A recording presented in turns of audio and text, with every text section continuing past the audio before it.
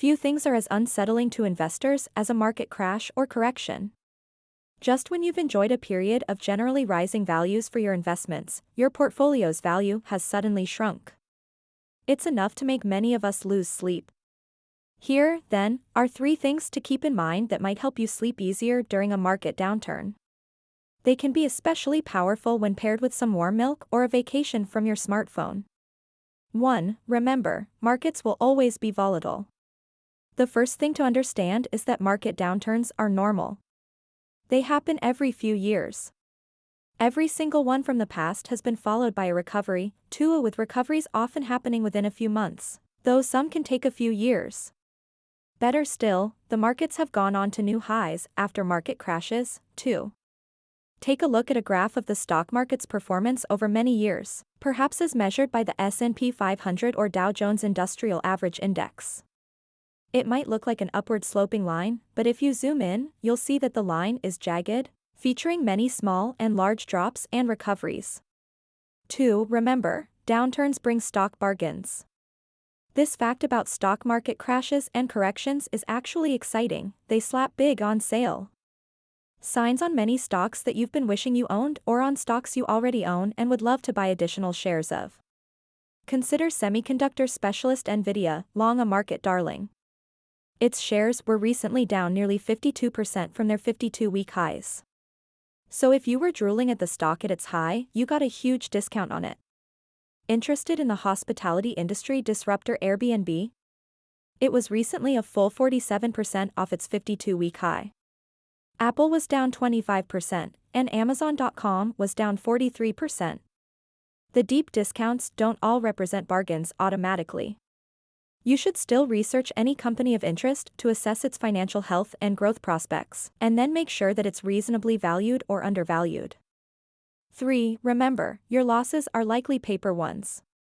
Finally, it might help you sleep easier if your portfolio's value is down sharply but you haven't actually sold any shares, because in such a situation, you only have what's referred to as a paper loss. In other words, you still have the chance to see those losses disappear. You still own the shares, and the underlying companies are presumably still going to grow in value over time. The 2 stock prices that matter most to investors are the price at which you bought a stock and the price at which you sold it. Those 2 prices determine whether you netted a gain or loss. The price of the stock when it sank temporarily 3 months ago or 5 years ago shouldn't matter much. So take some deep breaths. It's very reasonable to be rattled by a market crash or downturn, but experienced investors know that it's usually best to just hang in there and, if possible, to go shopping for some more shares.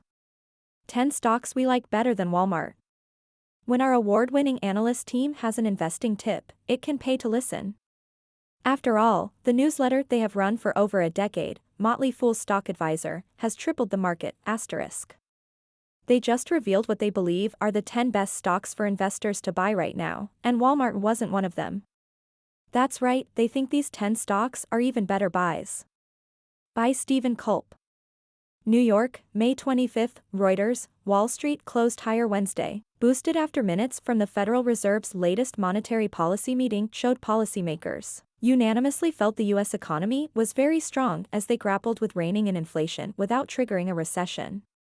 The minutes from the Federal Open Market Committee's May meeting, which culminated in a 50 basis point hike in the Fed funds target rate, the biggest jump in 22 years, showed most of the committee's members judged that further such rate hikes would likely be appropriate at its upcoming June and July meetings. The uniformity of opinion is a good thing, said Ross Mayfield, investment strategy analyst at Baird in Louisville, Kentucky. There's a lack of uncertainty of what needs to be done in the near term. By the time the Fed gets to September, they will have plenty of economic data to make their move from there, so they continue to maintain optionality, Mayfield added. All 3 major U.S. stock indexes gyrated earlier in the day amid increasing jitters stemming from business and consumer surveys, economic data and corporate earnings reports suggesting a cooling American economy, even as the Fed prepares to toss a bucket of cold water on it to tackle decades-high inflation. Fears that overly aggressive interest rate hikes by the Fed could tip the economy into recession, despite evidence that inflation peaked in March has fueled those concerns. There's some credence to the idea that inflation is doing the Fed's job for them, Mayfield said. There's already a cooling occurring, and financial conditions have tightened over the last month because of dollar strength and equity market weakness. On Thursday, the Commerce Department is due to release its second take on first quarter GDP, which analysts expect to slow a slightly shallower contraction than the 1.4% quarterly annualized drop originally reported. The Personal Consumption Expenditures (PCE) report will follow on Friday, which will provide further clues regarding consumer spending and whether inflation peaked in March, as other indicators have suggested. The Dow Jones Industrial Average (DJ) rose 191.66 points, or 0.6%, to 32,120.28. The S&P 500 SPX gained 37.25 points, or 0.95%, to 3,978.73, and the Nasdaq Composite (XIC) added 170.29 points, or 1.51%, to 11,434.74. 9 of the 11 major sectors in the S&P 500 rose, with consumer discretionary stocks, the SPLRCD, leading the pack with a gain of 2.8%. Amazon.com Inc. AMZN.O and Tesla Inc. TSLA.O provided the strongest lift to the S&P 500 and the Nasdaq, rising 2.6% and 4.9%, respectively. Department store operator Nordstrom Inc. JWN.N surged 14% on the heels of its upbeat annual profit and revenue forecasts. Fast food chain Wendy's Co. WEN.O jumped 9.8% after a regulatory filing revealed that shareholder Nelson Peltz was considering a potential takeover bid for the company. Shares of Nvidia Corp. NVDA.O fell more than 8% in after hours, trading after the company's second quarter revenue forecast missed expectations. Advancing issues outnumbered declining ones on the NYSE by a 3.56 to 1 ratio, on Nasdaq, a 2.22 to 1 ratio favored advancers. The S&P 500 posted 3 new 52-week highs and 32 new lows. The Nasdaq Composite recorded 23 new highs and 255 new lows. Volume on U.S. exchanges was 11.19 billion shares, compared with the 13.27 billion share average for the full session over the last 20 trading days. Reporting by Stephen Culp, additional reporting by Anisha Sarkar and Devik Jain in Bengaluru, editing by Jonathan Otis. U.S. equities enjoyed a broad pop Wednesday following the release of minutes from the Federal Reserve's most recent meeting, which showed that the central bank's decision-makers were willing to be both aggressive but flexible in the face of both inflationary and recessionary pressures. Much of what the Federal Open Market Committee said in the minutes was largely as expected. Members favor 50 basis point increases to the Fed's benchmark interest rate in both its June and July meetings, then could pull back to quarter-point raises in subsequent meetings. It's very clear that bringing down inflation was, and is, the focus at the Fed's May meeting. Chair Powell has reinforced the need to expeditiously raise rates toward broad estimates of a neutral, as risks to inflation still tilt to the upside, says Bob Miller, BlackRock's head of America's fundamental fixed income. We think that after the July meeting, the Fed is likely to become more data-dependent with regard to rate hikes, which essentially means that the policy path after July will depend upon a. the trajectory of inflation and b. progress toward correcting the supply/demand imbalances in the labor market. While the Apple Incorporated, facing mounting criticism of its App Store policies, defended the platform Wednesday by pointing to the small business jobs and revenue it generates. The company cited a study by Analysis Group that found developers who earn under $1 million from the App Store annually saw total revenue rise 113% over a 2-year period starting in 2019. In the U.S., that number reached 118%, though it was lower in some countries such as the UK and Japan. The study, commissioned by Apple, also found the App Store supports 2.2 million jobs in the U.S. and that more than 90% of developers are considered small businesses. In 2020, Apple cut its commission in half for developers who generated under $1 million in the previous calendar year, which may be a factor in the revenue increase. Apple typically charges a 30% fee, but developers who enroll in the company's small business program pay just 15%. Read more. Tech giants face landmark fines under new EU rules. Big tech companies have routinely used small businesses and their reliance on software platforms to grow as a talking point against critics and regulators. Meta Platforms Incorporated, the owner of Facebook, has even used the tactic against Apple, saying that the iPhone maker's privacy restrictions make it more expensive for small businesses to reach their customers. The App Store is under intense scrutiny from government officials in the US and Europe, which also have been going after competitors like Meta and Alphabet Incorporated. The Digital Markets Act in Europe and potential new laws in the US are seeking to upend Apple's App Store rules in a bid to make the market more competitive. Apple on Wednesday highlighted research that says the iOS app economy now supports more than 2.2 million jobs in the US and is helping fuel success for small businesses. The two new pieces of research, one from economists it hired at Analysis Group and the other from the Progressive Policy Institute, come as Apple faces continued accusations that the power it wields over its App Store hurts competition and innovation. While earnings for all developers on the App Store grew over the past 2 years, small developers, defined as those earning up to $1 million a year with fewer than 1 million downloads, saw the most notable jump, according to the Analysis Group report, which was based on data provided by Apple. Total App Store earnings of small developers that were active in 2019 increased by 113% over the past 2 years, with small developers in the US seeing an increase of 118% since 2019, according to the report. More than 90% of developers on the App Store are considered small developers, and the App Store ecosystem continues to attract thousands of new small developers every year, the study's authors at Analysis Group wrote.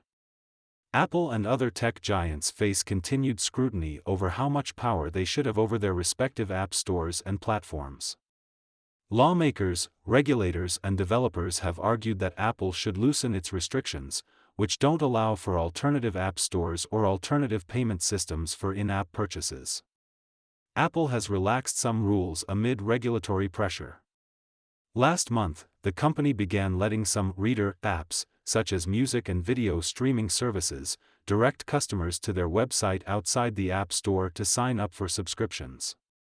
A top Apple executive expressed concerns about unionization in a leaked video message to the company's retail employees, Bloomberg reported Wednesday.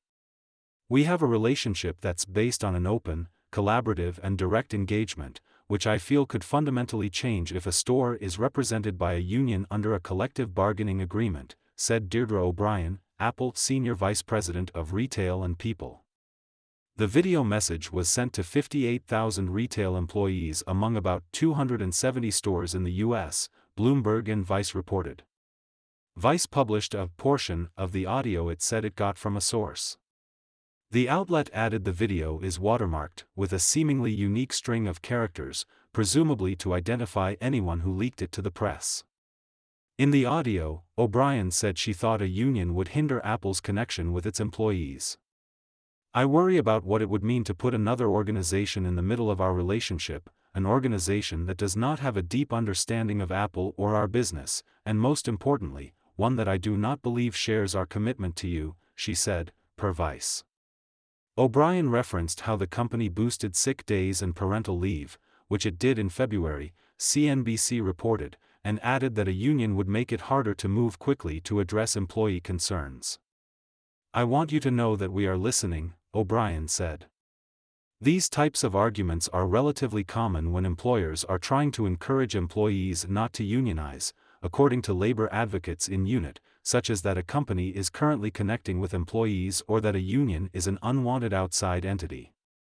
And Apple certainly has the beginnings of a retail labor movement on its hands. In Atlanta, Apple workers at one store filed for a union election in April, which was a first for the company. "Apple is a profoundly positive place to work, but we know that the company can better live up to their ideals," said Derek Bowles, who works at the Atlanta location, in a press release, Insider previously reported. Earlier this month, Vice reported Apple sent anti-union talking points to store managers. The Washington Post reported in April that Apple Store employees in New York City had begun to collect signatures to unionize as well. The company is facing unionization efforts in Washington state and Maryland as well, Bloomberg noted. Apple did not immediately respond to a request for comment. Thesis and the timeless power of value investing. In turbulent times like this, we kept reminding ourselves and our readers about the importance of discipline, the need to stick to a few timeless and well-understood principles. And the following chart is one of our favorite charts showing the timeless power of value investing. It's a chart taken from Professor Robert Shiller's Irrational Exuberance. It shows the relationship of PE to future returns. More specifically, the x-axis shows the real PE-10 ratio of the S&P Composite Stock Price Index, or the so-called CAPE. The PE-10 ratio is inflation-adjusted price divided by the prior 10-year mean of inflation-adjusted earnings. The y-axis shows the geometric average real annual return, with dividends reinvested, 20 years later. You cannot miss the strong correlation here. Shiller himself stated that his plot above confirms that long-term investors who commit their money to an investment for 10 full years, did do well when prices were low relative to earnings at the beginning of the 10 years. Long-term investors would be well advised, individually, to lower their exposure to the stock market when it is high, as it has been recently, and get into the market when it is low. Now back to the market and Apple, Nasdaq, AAPL. To be clear, despite large corrections in the past few weeks, our current market, valued at a CAPE around 31x as of this writing, is not cheap. Hence, here we're not guessing if the market has bottomed yet or not, or suggesting you bet on a rebound. The thesis of this article is to look past the stock market and show that AAPL is a quintessential example of value investing under current conditions. You will see a simple FAMA French scorecard for AAPL next, and see why the scorecard reveals a large disconnection between AAPL's profitability and its valuation. AAPL's FAMA French scorecard. A bit of background of the FAMA French method first. The method is named after Eugene Fama and Ken French, and in 2013, Eugene Fama shared the Nobel Prize in Economics with Lars Peter Hansen and Robert Shiller for their empirical analysis of asset prices. The FAMA French method involves a three-factor model and is considered a significant improvement over the CAPM method because it adjusted for outperformance tendency. Specifically, the raw data used in this article were pulled from the Dartmouth Tuck Business School database. We then analyzed the raw data using a simplified version of the FAMA French method. We do not like unnecessary complications, and in this case, we think the case for AAPL is so strong that two simple charts, as shown below, will suffice. Out of the 3 factors in the method, or 5 factors as extended later, the following 2 charts show 2 of AAPL's factors, operation profitability and valuation, compared to the general market. Many market researchers have tested the various factors in the FAMA and French method, and past results have shown that these 2 factors have truly held up over all time periods. Details of these factors are provided on the Dartmouth website. A brief recap is provided here for the ease of reference. The OP factor, operating profitability. The operating profitability factor in period T is defined as the annual revenues minus cost of goods sold, interest expense, and selling, general, and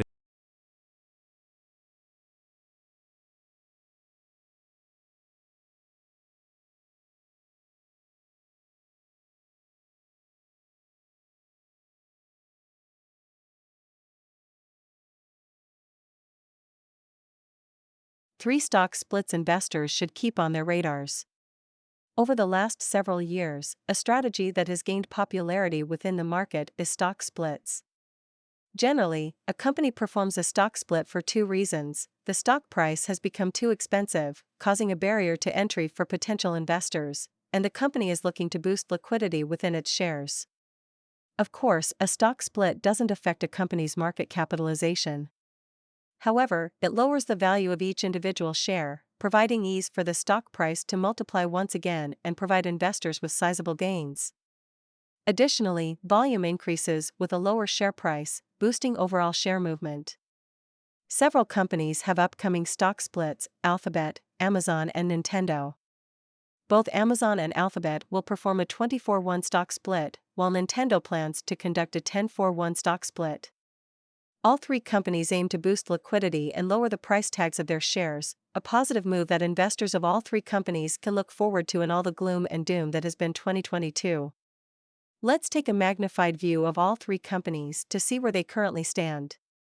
Nintendo. Nintendo is responsible for many legendary franchises in interactive entertainment, including The Legend of Zelda, Super Mario Bros., Donkey Kong, and Pokémon. Year-to-date, Nintendo shares have been much stronger than the S&P 500, declining a marginal 0.1% and providing investors with a much-needed level of valuable defense. Additionally, since the split announcement on May 10, shares have gained nearly 8% in value, displaying that the market has reacted well to the stock split announcement. In fact, almost all stock split announcements are generally seen as a bullish catalyst that sends shares upwards. Valuation metrics have come down to reasonable levels as well. NTDOY currently has a 15.8x forward earnings multiple, a fraction of its high of 45.3x in 2018 and well below the median of 20.5x over the last 5 years. Affected by a slowdown in the pandemic-induced boom in gaming, NTDOY's full current year earnings are forecasted to decline by a concerning 14%. However, the company smoked EPS estimates by a triple-digit 110% in its latest quarterly release. Additionally, the company sports a style score of A for growth. The 10-4-1 split will take effect later this year, on October 1st. Alphabet. Alphabet has evolved from primarily being a search engine into a company with operations in cloud computing, ad-based video and music streaming, autonomous vehicles, and more. GOOGL shares have been hit hard throughout the tech rout in 2022, down nearly 28% and vastly underperforming the general market. However, when the company announced the upcoming split in February, shares skyrocketed 7.5% the following day. Once again, it seems that market participants wholly welcomed the stock split. It's no secret that GOOGL shares became pricey, limiting overall trading volume and steering away potential investors. The adverse price action throughout 2022 has caused GOOGL's forward earnings multiple to retrace down to 19.8x, well below 2020 highs of 39.1x and much lower than the median of 27.3x over the last 5 years. In its latest quarter, to the surprise of many, GOOGL missed on EPS by nearly 5%. However, the company sports a style score of B for value and a style score of A for growth. The 24-1 split goes into effect on July 15. Amazon. Amazon has evolved into an e-commerce giant with global operations. The company also enjoys a dominant position within the cloud computing space with its Amazon Web Services (AWS) operations. AMZN shares have had quite a fall from glory in 2022, declining nearly 40% and vastly underperforming the general market. Like NTDOY and GOOGL, the market reacted very well to the upcoming split, sending shares upwards by 6% the day following the announcement. The split came at a bit of a surprise. AMZN hasn't split since 1999. Furthermore, like GOOGL, Amazon shares had become quite expensive, grinding down overall trading volume and steering away potential investors. A less-than-ideal start to 2022 for Amazon shares has caused its forward price-to-sales ratio to decline down to 2.1x, nowhere near 2020 highs of 4.8x and well below the median of 3.3x over the last 5 years. Additionally, the current value represents a 41% discount relative to the S&P 500's 4.1x forward price-to-sales ratio. However, the outlook for AMZN has drastically shifted, and it will be worthwhile for investors to heed caution in this stock. The company missed EPS expectations by a massive 52% in its latest quarter, sending shares on a steep downward trajectory following the report. Additionally, analysts have rapidly lowered their EPS estimates across the board, with current full-year earnings expected to decline a nasty 83% year-over-year. AMZN ranks as a Zacks ranked number 5, strong sell, which paints a depressing picture for AMZN shares moving forward in the near term. The one bullish catalyst I can find is the upcoming stock split, which occurs on June 3 of this year. Bottom line. Stock splits are a positive announcement that should excite current and potential investors. With some of these once high-flying stocks, such as AMZN and GOGL, share prices had gotten too expensive, causing potential investors to steer away and restricting overall volume. With splits, liquidity within shares is increased. Additionally, it allows investors to reap considerable gains as the stock climbs back up. Due to current market conditions and the updated outlook, I believe it is vital for investors to wait to buy AMZN shares. The company is a Zacks rank number 5, strong sell. The time will come again for Amazon, but right now, the safer play is to stay on the sidelines. For GOGL and NTDOY, the outlook for shares is much more promising when paired with the upcoming splits. Why haven't you looked at Zacks top stocks? Our 5 best performing strategies have blown away the S&P's impressive plus 28.8% gain in 2021. Amazingly, they soared plus 40.3%, plus 48.2%, plus 67.6%, plus 94.4%, and plus 95.3%. Today you can access their live picks without cost or obligation. Past performance is no guarantee of future results. Inherent in any investment is the potential for loss. This material is being provided for informational purposes only, and nothing herein constitutes investment, legal, accounting or tax advice, or a recommendation to buy, sell or hold a security. No recommendation or advice is being given as to whether any investment is suitable for a particular investor. It should not be assumed that any investments in securities, companies, sectors or markets identified and described were or will be profitable. All information is current as of the date of herein and is subject to change without notice. Any views or opinions expressed may not reflect those of the firm as a whole. Zacks Investment Research does not engage in investment banking, market making or asset management activities of any securities. These returns are from hypothetical portfolios, consisting of stocks with Zacks rank equals 1 that were rebalanced monthly with 0 transaction costs. These are not the returns of actual portfolios of stocks. The S&P 500 is an unmanaged index. Visit https://www.zacks.com/performance for information about the performance numbers displayed in this press release. Alphabet, GOGL, remains fundamentally strong despite ad revenue snag. The company is working to rectify the problem and likely will. Consider this a buying opportunity and act accordingly. There are a few obvious reasons to be negative about Alphabet, NASDAQ, GOGL, stock of late. Namely, the tech wreck and underwhelming ad revenue figures within its latest earnings report have been making investors fret. But despite the obvious issues, take the opportunity for what it is, a chance to pick up GOG shares at prices that are almost certain to bounce upward in the future. Fundamentally fine despite issues. By now it's old news. Alphabet's first quarter earnings results showed certain strengths, but contained a revenue problem. Let's begin with what Wall Street was expecting from the Silicon Valley giant. The street was looking for $68.1 billion in revenue and earnings per share, EPS, of $25.96. It was also seeking $7.48 billion of that $68.1 billion in revenues to be represented in the form of YouTube ad revenue. But YouTube ad revenue only reached $6.869 billion in the quarter. That meant that the company was well short of the $7.48 billion expected on that front. It also meant that Alphabet would only reach $68.011 billion in revenue in the quarter. That figure was shy of the $68.1 billion anticipated by Wall Street, as EPS figures also disappointed. But that says something. YouTube ad revenue